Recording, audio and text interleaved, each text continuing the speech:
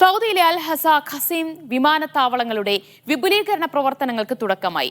പ്രവിശ്യ ഗവർണർമാർ നിർമ്മാണ പ്രവൃത്തികളുടെ ഉദ്ഘാടനം നിർവഹിച്ചു.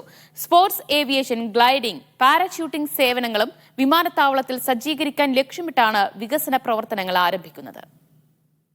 അൽ ഹസ ഖസീം അന്താരാഷ്ട്ര വിമാനത്താവളങ്ങളുടെ വിപുലീകരണ പ്രവൃത്തികൾക്ക് രാജ്യത്ത് തുടക്കമായി. അൽ ഹസ വിമാനത്താവളത്തിന്റെ നിർമ്മാണ പ്രവൃത്തികളുടെ ഉദ്ഘാടനം കിഴക്കൻ പ്രവിശ്യ ഗവർണർ സൗദ് ബിൻ നായിഫ് രാജകുമാരൻ നിർവഹിച്ചു. പുതുതായി പ്രവർത്തനം ആരംഭിച്ച ടെർമിനലിന്റെ പ്രവർത്തനോദ്ഘാടനവും നിർവഹിച്ചു.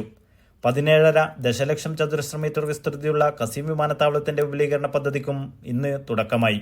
സൗദി ഏവിയേഷൻ ക്ലബ്ബാണ് വിമാനത്താവളത്തിന്റെ നടത്തിപ്പും നിയന്ത്രണവും നിർവഹിച്ചു വരുന്നത്.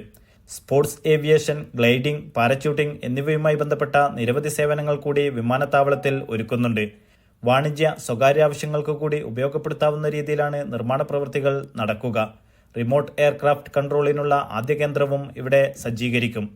വ്യോമയാന പ്രവർത്തനങ്ങൾ, പരിശീലനം, വിനോദം ഉൾപ്പെടെ എല്ലാത്തരം കായികാവശ്യങ്ങൾക്കും വിമാനത്താവളം ഉപയോഗിക്കാൻ അവസരമുണ്ടാകും. Noushad Irikkur, media 1, Dammam.